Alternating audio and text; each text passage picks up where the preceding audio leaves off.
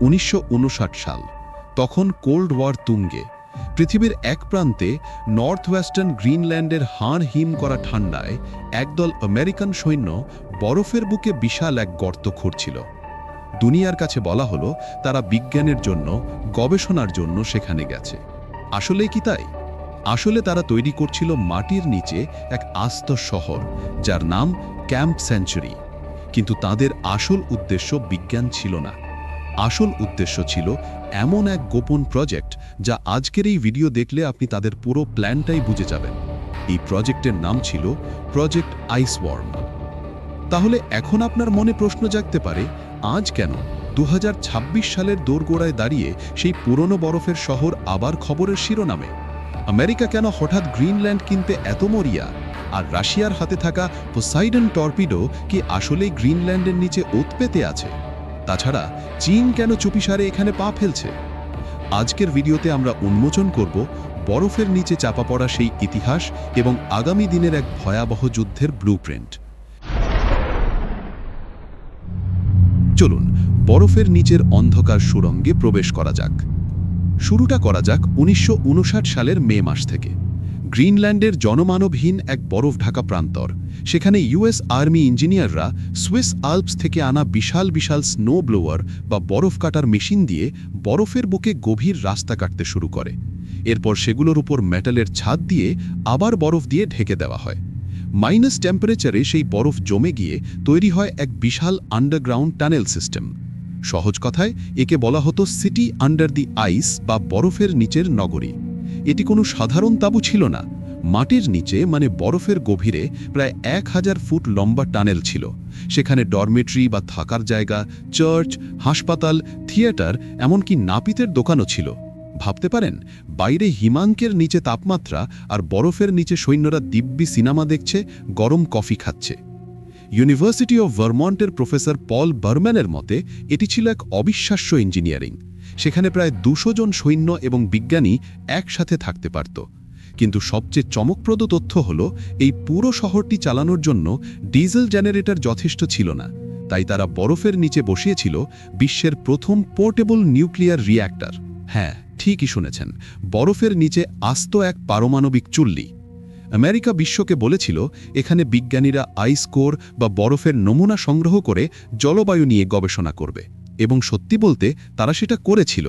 এখান থেকেই পৃথিবীর প্রথম ডিপ আইস ড্রিলিং করা হয়, যা আমাদের জানিয়েছিল যে লক্ষ বছর আগে গ্রিনল্যান্ডে বরফ ছিল না, ছিল জঙ্গল।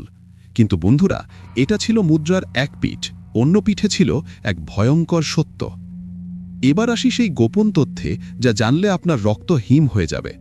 ক্যাম্প সেঞ্চুরি মূলত ছিল প্রজেক্ট আইসওয়ার্মের একটা কাভার বা পরীক্ষামূলক ধাপ।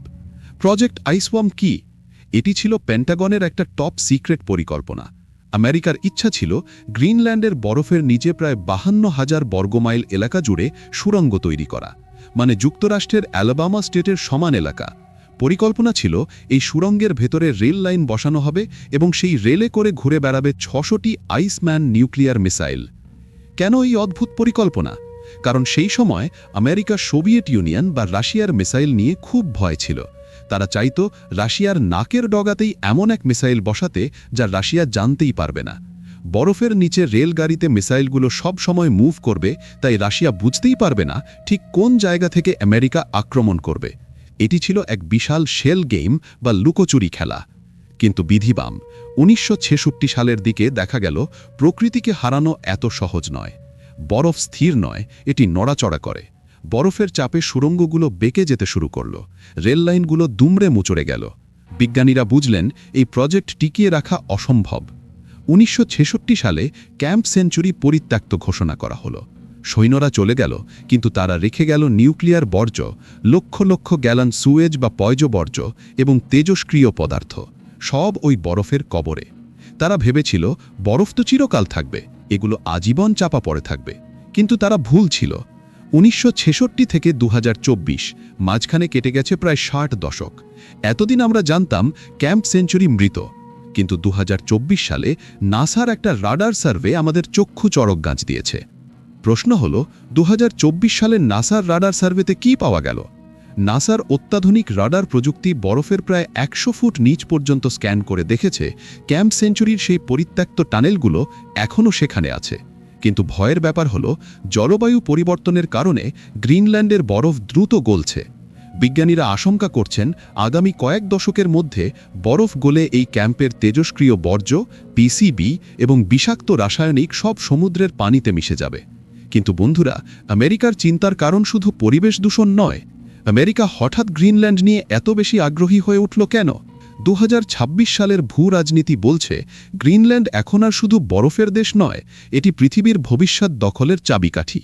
আমেরিকা যখন গ্রিনল্যান্ড কিনতে চায় তখন অনেকেই এটাকে পাগলামি ভেবেছিল, কিন্তু পেন্টাগনের বর্তমান গ্লোবাল ডিফেন্স স্ট্র্যাটেজি দেখলে আপনি বুঝবেন এটা ছিল সুদূর প্রসারী চাল। পেন্টাগন গ্রিনল্যান্ডকে দেখছে একটি স্থির বিমানবাহী রণতরী বা স্টেশনারি এয়ারক্রাফট ক্যারিয়ার হিসেবে। আমেরিকার মূল ভূখণ্ডে রাশিয়া থেকে আসা কোনো মিসাইল আটকাতে হলে গ্রিনল্যান্ডই হল সেরা জায়গা। আমেরিকা পরিকল্পনা করছে গ্রিনল্যান্ডের উত্তর দিকে গোপন বেসগুলোতে হাইপারসনিক ইন্টারসেপ্টর বসাবে। যদি রাশিয়ার সাথে সরাসরি যুদ্ধ বাঁধে তবে এই ইন্টারসেপ্টরগুলো মহাকাশেই রাশিয়ার মিসাইল ধ্বংস করে দেবে। আমেরিকা চায় না তাদের এই নিরাপত্তা ব্যবস্থা ডেনমার্কের অনুমতির ওপর ঝুলে থাকুক, তাই তারা দ্বীপটির ওপর সরাসরি কন্ট্রোল নিতে চায়, কারণ তাদের প্রতিপক্ষ রাশিয়া বসে নেই। আমেরিকা যদি আকাশের দিকে তাকায়, রাশিয়া তাকিয়েছে গভীর সমুদ্রের দিকে। রাশিয়ার নর্দার্ন কমান্ড আর্কটিক বা উত্তর মেরু অঞ্চলে এক অজেয় দুর্গ গড়ে তুলছে। আর এখানে আমাদের জানতে হবে দুটি ভয়ঙ্কর টার্ম সম্পর্কে, GUGI এবং পোসাইডন। GUGI হল রাশিয়ার প্রতিরক্ষা মন্ত্রণালয়ের একটি অতি গোপন সংস্থা, main directorate for deep sea research. এদের কাজ হল সমুদ্রের গভীর তলদেশে গুপ্তচর্য করা। রিপোর্ট বলছে গ্রিনল্যান্ডের আশেপাশে সমুদ্রের নিচে ইন্টারনেট কেবল এবং সেন্সর বসানোর কাজ করছে এই ইউনিট। এদের উদ্দেশ্য আমেরিকার সাবমারিনগুলোর গতিবিধি ট্র্যাক করা এবং প্রয়োজনে সমুদ্রের নিচ থেকেই যোগাযোগ ব্যবস্থা বিচ্ছিন্ন করে দেওয়া। 2. রাশিয়ার সবচেয়ে ভয়ঙ্কর অস্ত্র পোসাইডন টর্পেডো কি? এটি কোনো সাধারণ টর্পেডো নয়, এটি একটি পারমাণবিক চালিত ড্রোন। সহজ কথায় বলতে গেলে এটি একটি ডুবোজাহাজ যা নিজেই একটি নিউক্লিয়ার বোমা। গোয়েন্দা গুঞ্জন রয়েছে যে এই পোসাইডন এখন গ্রিনল্যান্ডের গভীর সমুদ্রের খাঁজগুলোতে টহল দিচ্ছে। এটি কতটা পাওয়ারফুল? এর ক্ষমতা অকল্পনীয়। এটি সমুদ্রের নিচে বিস্ফোরিত হয়ে কয়েকশো ফুট উঁচু তেজস্ক্রিয় সুনামি তৈরি করতে সক্ষম। এই সুনামি যদি আমেরিকার পূর্ব তটভূমি বা নর্থ আটলান্টিকে আঘাত হানে তবে সেই পানি শুধু শহর ডুবিয়ে দেবে না, তেজস্ক্রিয়তার কারণে ওই এলাকা বসবাসের অযোগ্য হয়ে যাবে। একেই বলা হচ্ছে রাশিয়ার ডুমসডে ওয়েপন বা কেয়ামতের অস্ত্র। আমেরিকা তার মিসাইল শিল্ড দিয়ে আকাশ রক্ষা করতে পারলেও এই সমুদ্রতলের দানবকে আটকানো অসম্ভব। রাশিয়া এবং আমেরিকা যখন অস্ত্র নিয়ে ব্যস্ত, তখন এই খেলার তৃতীয় খেলোয়াড় চীন চলছে একটি নীরব জাল।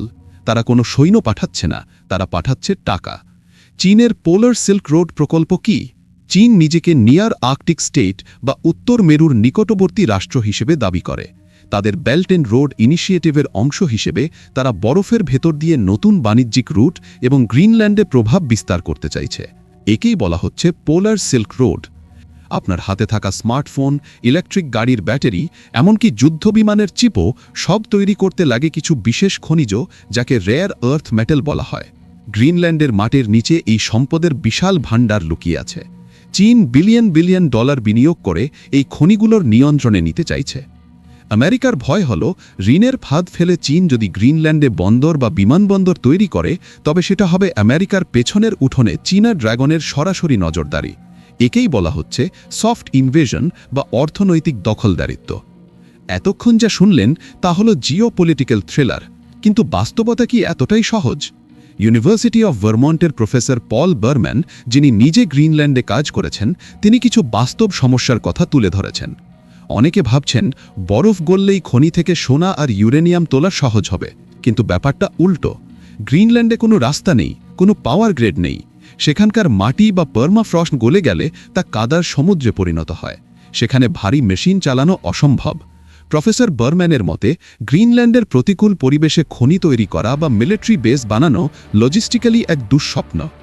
1966 সালে আমেরিকা প্রকৃতির কাছে হেরে ক্যাম্প সেঞ্চুরি বন্ধ করেছিল। 2026 সালেও প্রকৃতি বা ক্লাইমেট চেঞ্জ ঠিক একই চ্যালেঞ্জ ছুড়ে দিচ্ছে। বরফ গলে গেলে আইসবার্গ বা হিমশৈল ভেঙে পড়ে, যা জাহাজের জন্য টাইটানিকের মতো বিপদ ডেকে আনতে পারে। চাইলেই সেখানে রাতারাতি মিলিটারি বেস বা খনি বানানো সম্ভব নয়। সবশেষে প্রশ্ন থেকেই যায়, আমরা কি এক ভয়ঙ্কর ভবিষ্যতের দিকে এগোচ্ছি?